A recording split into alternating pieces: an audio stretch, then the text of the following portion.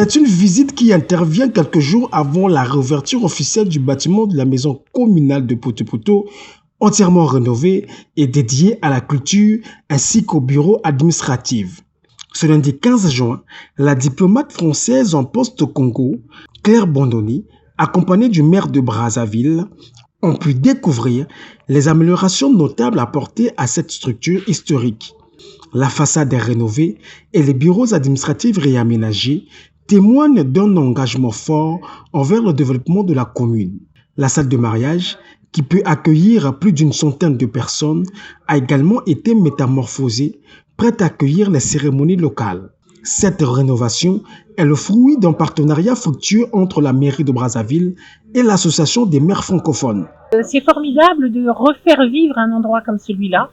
Ce projet, c'est un projet soumis par la mairie de Brazzaville à l'association internationale des maires de la francophonie. Et ça montre bien, là aussi, le savoir-vivre ensemble. Donc les symboles répondent aux symboles. Et puis, sur le contenu, puisqu'on parle du contenant, mais il y a un contenu, outre les bâtiments de la mairie qui appartiennent à une autre sphère, la sphère administrative qui reste importante, c'est bien d'avoir un lieu alternatif de culture. On parle un peu du CEFRAD, on parle un peu du Centre Zola, de l'Institut français du Congo.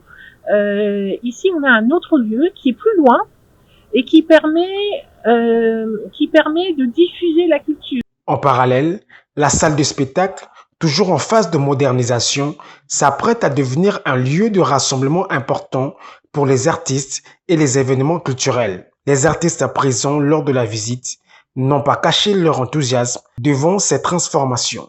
Ça donne un peu de tonus aux musiciens, aux artistes, puisqu'il nous faut des endroits comme ça pour que la culture soit propagée dans les quartiers, partout.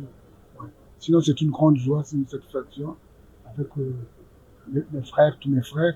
Ça vient booster un peu déjà ce qui s'est fait antérieurement, surtout avec l'inscription de la rumba en tant que patrimoine immatériel de l'UNESCO. Je pense que cette salle-là vient encore booster le secteur de la rumba parce que les salles, quand on en parle, il n'y en a pas. La mairie de Poto-Poto se dit prête à accueillir ses concitoyens dans ce nouvel espace, marquant ainsi un tournant pour la culture et l'administration locale.